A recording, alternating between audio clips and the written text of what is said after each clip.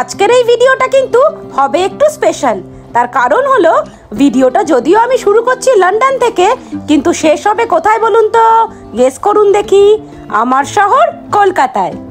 প্রায় দীর্ঘ 2.5 বছর পর দেশে ফিরছি একান্ত নিজের মানুষগুলোর কাছে, তাই এক্সাইটমেন্ট তো থাকবেই।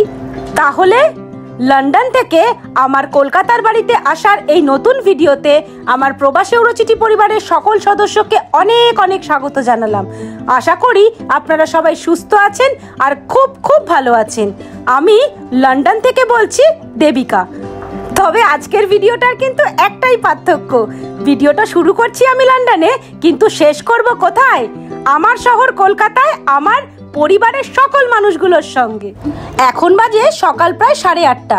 ঘুম থেকে উঠে দেখছি আকাশটা একেবারে মুখ গোমড়া করে রয়েছে। তো যাই হোক, সকাল সকাল উঠেই বানিয়ে নিলাম একটু চা, আর সকালের ব্রেকফাস্টের জন্য বানিয়ে নিলাম একটু নুডলস। আজকে সব কাজগুলোই তাড়াতাড়ি করতে হবে, তাই চিনিমিঠিকে আগে থেকেই ব্রেকফাস্ট করিয়ে স্নান টান করিয়ে দিয়েছি। হ্যাঁ, এখন দেখছি আমার বড় ছানাটি বেশ দায়িত্ববান হয়ে উঠেছে, আর ওকে বলতে হয় না, স্নান টান করে আগে পুজোটা সেরে নিল। এদিকে চিনির পুজো সারতে সারতে দুপুরের লাঞ্চটাও আমি রেডি করে ফেলেছি। যেহেতু লং জার্নি রয়েছে, আমি একদম সাদামাটা রান্না করেছি, ওই মাছ ভাজা, ডাল আর ভাত। এই দেখুন, সুদূর কলকাতা থেকে আমার লন্ডনের বাড়ি দেখাশোনা করার জন্য আমার এই বন্ধুকে কিন্তু আমরা রেখে যাচ্ছি, যার মাধ্যমে আমরা কিন্তু আমাদের বাড়িটা সব সময় দেখতে পাবো। তো যাই হোক, সব কিছু প্যাকিংও কমপ্লিট, আমরা রেডিও হয়ে গেছি। আমরা কিন্তু আজকে একটু তাড়াতাড়ি বেরিয়ে যাচ্ছি।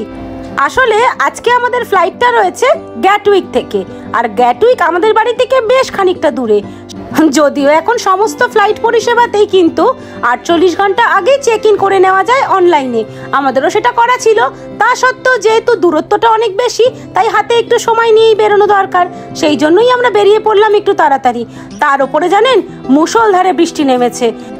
যদিও ওয়েদার রিপোর্ট দেখাচ্ছে আসছে 8 ঘন্টার মধ্যে বৃষ্টিটা একটু কমবে। চলুন তবে দুগ্গা দুগ্গা করে বেরিয়ে পড়ি। বাইরে দেখছেন মুষলধারে বৃষ্টি নেমেছে আবার। তো যাই হোক, আসছে 1 মাসের জন্য আমার লন্ডনের পাড়াটিকে বিদায় জানিয়ে চললুম আমরা। তবে কি বলুন তো, পুজো যেরকম আসবে ভালো, সেই রকম আমরা যারা প্রবাসে থাকি তাদের কাছেও দেশে যাওয়ার এই বিষয়টা না আসবেই ভালো। চলে আসলে মনে হয় কি, এই তো যাব, কিছুদিনের মধ্যেই দিনগুলো যে কিভাবে কেটে যাবে সেটা একেবারে ঠাউরি করা যাবে না। তার জন্যই মনে হচ্ছে, ইস, আর কয়েকদিন পরে আসলেই ভালো হতো দিনগুলো। শত সহস্র যোজন দূরে হলেও আধুনিক সমাজ আর প্রযুক্তির উন্নতিতে এখন তো আমরা সেই সহস্র যোজন পথ অনায়াসেই অতিক্রম করে ফেলতে পারি। এই তো লন্ডন টাইমে আজ রাতে ফ্লাইটে উঠবো, আর কালই পৌঁছে যাব আমার বাড়িতে। যাচ্ছি তো হাতে নিয়ে 1 মাসের ছুটি। চোখের নিমেষে দেখবো সমস্ত ছুটি ফুরিয়ে ফেরার সময়ও হয়ে গেল। আমার বাড়ি থেকে মানে হন্সলো থেকে গ্যাটউইকে আসতে কিন্তু বেশ অনেকটা সময় লাগলো। যেহেতু আমরা খুব তাড়াতাড়ি বাড়ি থেকে বেরিয়ে পড়েছিলাম, তাই সময়ের অনেক আগেই কিন্তু আমরা গ্যাটউইক এয়ারপোর্টে পৌঁছে গেছি। তবে এখানে এসে জানেন তো, একটা বিশেষ জিনিস এক্সপিরিয়েন্স করলাম। আমরা যেহেতু লন্ডনের মধ্যেই থাকি, তাই জন্য ট্রান্সপোর্টেশনের ক্ষেত্রে 11 বছরের মধ্যে সমস্ত বাচ্চার কিন্তু যাতায়াতের কোনো ভাড়াই লাগে না, মানে পুরোটাই ফ্রি। কিন্তু গ্যাটউইক যেহেতু লন্ডনের বাইরে, তাই এখানের নিয়ম অনুযায়ী 5 বছরের ঊর্ধ্বে সমস্ত বাচ্চার কিন্তু ট্রেন ফেয়ার বলুন, বাস ফেয়ার বলুন, সব কিছু কিন্তু বাধ্যতামূলক, অর্থাৎ লন্ডনের মতন ফ্রি নয়। এরপর আমরা আমাদের সমস্ত লাগেজপত্র নিয়ে গ্যাটউইকের সাউথ টার্মিনাল থেকে নর্থ টার্মিনালে গেলাম এয়ারপোর্ট শাটেলে করে। একেবারে চোখের নিমেষে কিন্তু আমরা পৌঁছে গেলাম নর্থ টার্মিনালে। এরপর ফ্লাইটে ওঠার আগে সবচেয়ে বড় কাজটা বাকি, কি বলুন তো? ব্যাগেজেসে সমস্ত ব্যাগেজগুলো দিয়ে দেওয়া। তারপরেই তো একেবারে হাত ফ্রি, শুধু থাকবে কেবিন লাগেজ আর কিছু পিঠের ব্যাগপত্র। আর এদিকে এয়ারপোর্টে তাড়াতাড়ি পৌঁছানোর চক্করে বাইরে থেকে যে কিছু খাবার দাবার কিনে নিয়ে ঢুকবো, সেটাই একেবারে ভুলে গেছি।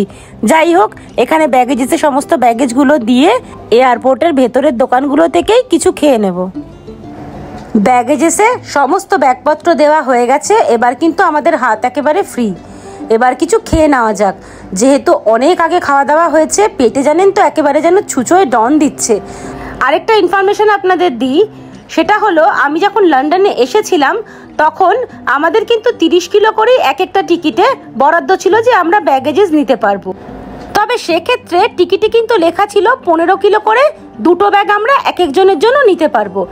কিন্তু জানেন তো, এবার দেখলাম যাওয়ার টিকিট বা রিটার্ন আসার টিকিট দুটোর মধ্যেই 30 কিলো করে আমরা একটি করেই ব্যাগ নিতে পারবো, পুরো টিকিটে সেটা উল্লেখ করা রয়েছে। এদিকে দেখলাম এয়ারপোর্টের ভেতরে প্রচুর খাবার দাবার দোকানপত্র রয়েছে। আমরা নিয়ে নিলাম একটু বার্গার্স আর চিপস। আমাদের ফ্লাইটের টাইমটা রয়েছে বেশ খানিকটা পরে। যাই হোক, এখন তো ইন্ডিয়াতে বেশ অনেকটা বেজে গেছে, কিন্তু সবাই কিন্তু জেগে রয়েছে। তার কারণ হচ্ছে ওদের মধ্যেও তো উত্তেজনা একেবারে ভরপুর। আমার বাড়ির লোকগুলো বুঝলেন একেবারে পাগল। 15 মিনিট ছাড়া ছাড়া ফোন করে বলছে, কি রে কখন ফ্লাইটে উঠবি তোরা? মানে আজকে বোধহয় ওরা সারা রাত জেগেই থাকবে, আমরা ফ্লাইটে ওঠার পরেই ওরা ঘুমোতে যাবে। কি অবস্থা ভাবুন একবার।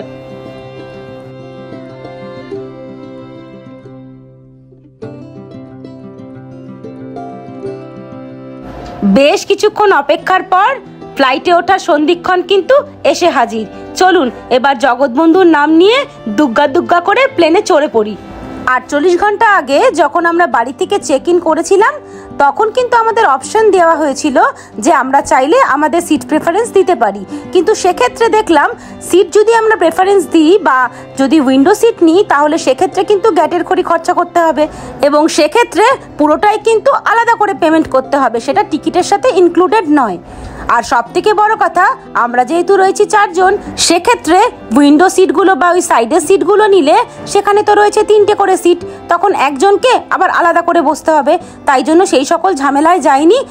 ফ্লাইটে উঠে দেখলাম আমরা মাঝের যেই রোটা থাকে সেখানে 4টে যে সিট থাকে, সেখানেই একটা খুব ভালো জায়গায় সিট পেয়েছি, তো সেখানেই আমরা বসে পড়লাম।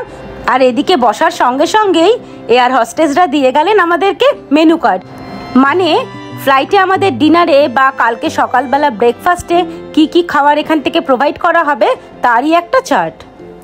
এই দেখুন স্ক্রিনে, আমাদের ফ্লাইট কিন্তু অলরেডি চলতে শুরু করে দিয়েছে রানওয়ে দিয়ে।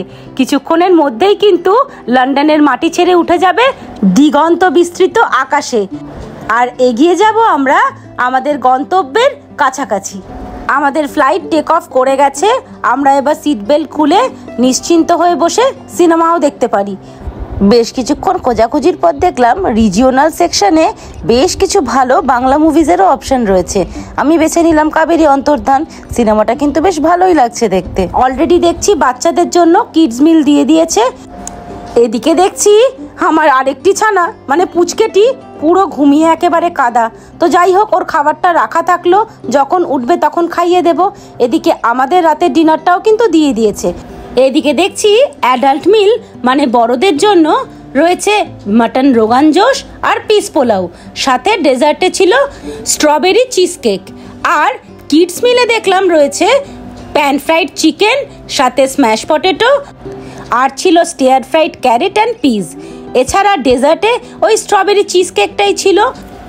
এখন প্রায় লন্ডন টাইম 1:55 বাজে। আমাদের ফ্লাইট কিন্তু এগিয়ে চলেছে আর আমরা এখানে সিনেমা দেখতে ব্যস্ত।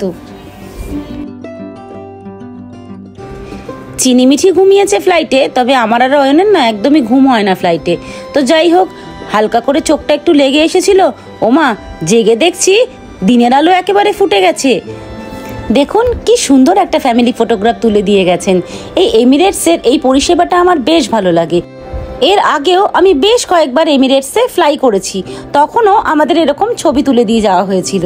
এদিকে কিন্তু আমাদের সকালের ব্রেকফাস্টও চলে এসেছে, আর ব্রেকফাস্টে দিয়েছিল চিজি সুইস পেস্ট্রি আর সাথে একটা কেক। এছাড়া চা, কফি, জুস এগুলো তো ছিলই। আমাদের ফ্লাইট কিন্তু প্রায় এখন ল্যান্ড করার মুখে, আর কিছুক্ষণের মধ্যেই কিন্তু আমাদের ফ্লাইট দুবাইয়ের মাটি ছোঁবে। ওই যে বলছিলাম না, সময় চলে যায় নদীর স্রোতের মতন। কাল রাতে ছিলাম লন্ডনে, আর আজ আমরা প্রায় আমাদের গন্তব্যের হাফ রাস্তা পার করে ফেললাম। এদিকে আমাদের ফ্লাইট সময়ে প্রায় 20 মিনিট আগেই দুবাইয়ে ল্যান্ড করে গেছে। তবে এখানে কিন্তু আমাদের লেওভারটা একটু বেশিক্ষণের, মানে ওই ধরতে পারেন 4.5 ঘন্টার মতন।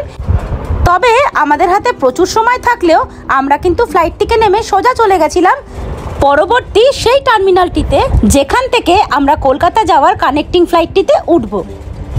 তবে একটা জিনিস কিন্তু বেশ ভালো লাগলো জানেন তো, দুবাইতেও দেখলাম এক টার্মিনাল থেকে আরেক টার্মিনালে যাওয়ার জন্য এয়ারপোর্ট শাটেলের ব্যবস্থা রয়েছে। এর আগে যতবারই আমরা দুবাই হয়ে কোনো জায়গায় গিয়েছি সব জায়গাতেই কিন্তু দেখেছি যে এক টার্মিনাল থেকে আরেক টার্মিনালে যাওয়ার জন্য বাস পরিষেবার ব্যবস্থা ছিল। তবে এই এয়ারপোর্ট শাটেলটা কিন্তু অনেক তাড়াতাড়ি কিন্তু এক টার্মিনাল থেকে আরেক টার্মিনালে পৌঁছে দিচ্ছে। এটা কিন্তু বেশ ভালো পরিষেবা মনে হলো আমার।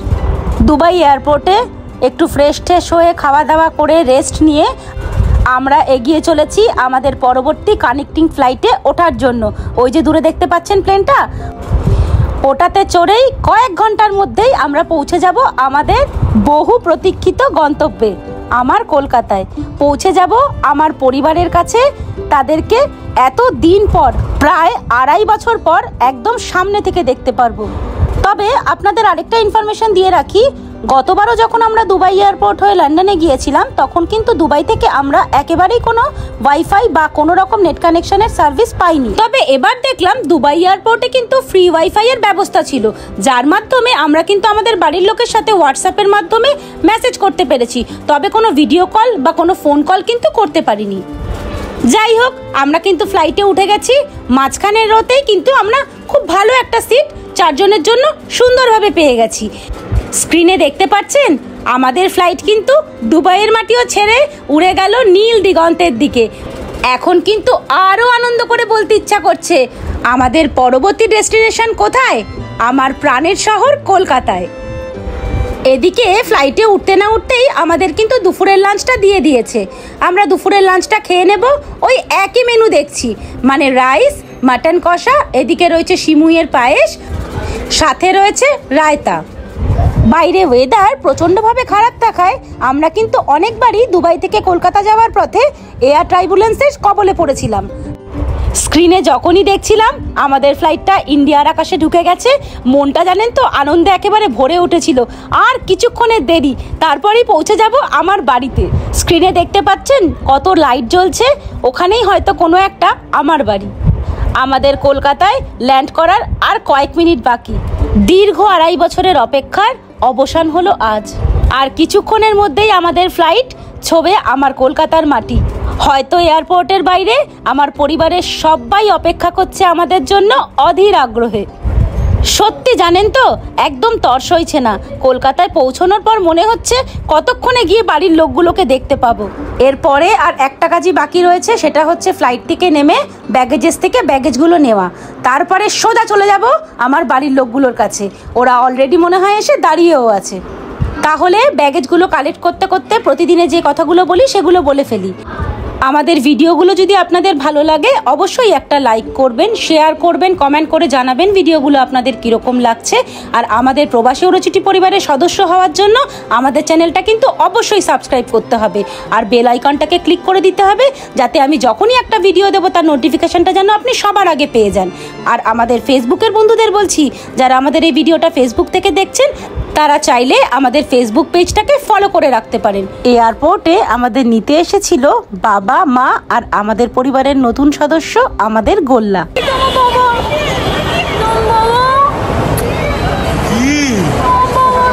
আমার সঙ্গে তো পরে হবে।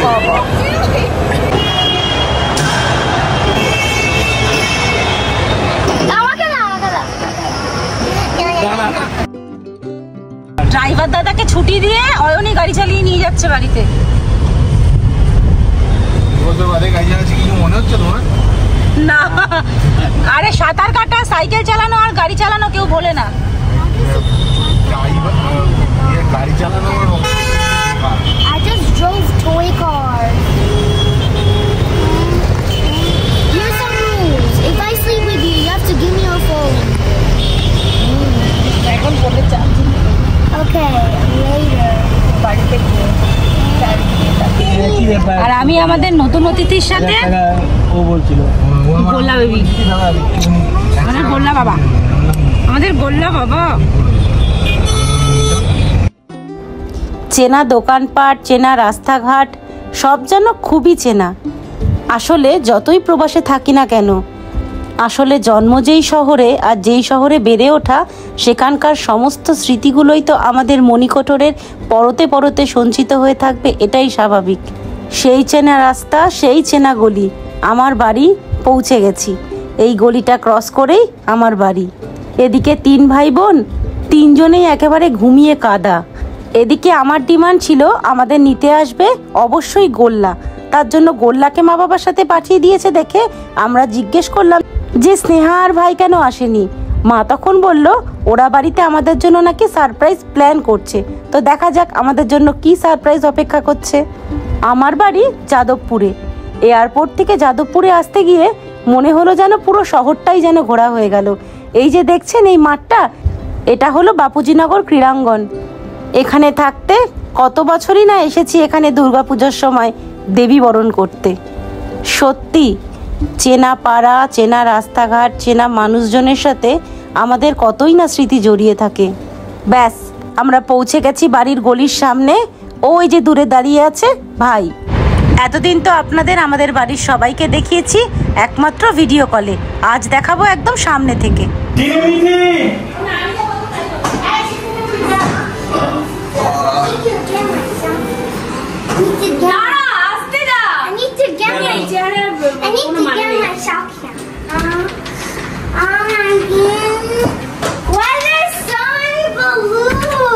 লাইট জ্বালিয়ে দাও।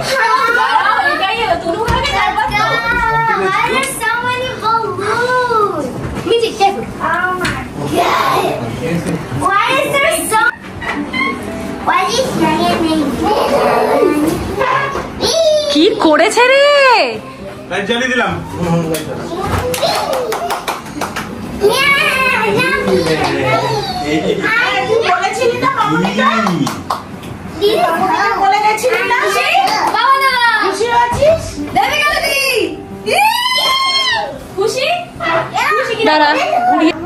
Finally, after a long time.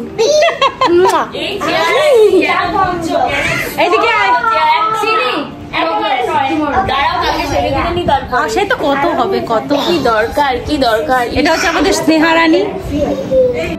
দুবাইতে থাকতে বলছিলাম না যে বাড়িতে হোয়াটসঅ্যাপের মাধ্যমে কথাবার্তা হয়েছে, তখন আমাদের জিজ্ঞেস করা হয়েছিল আমরা আজকে ফিরে কি খাবো।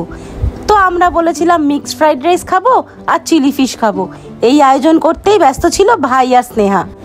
তার সাথে চিনিমিঠির জন্য বাড়িটাকে পুরো বেলুন দিয়েও সাজিয়েছে।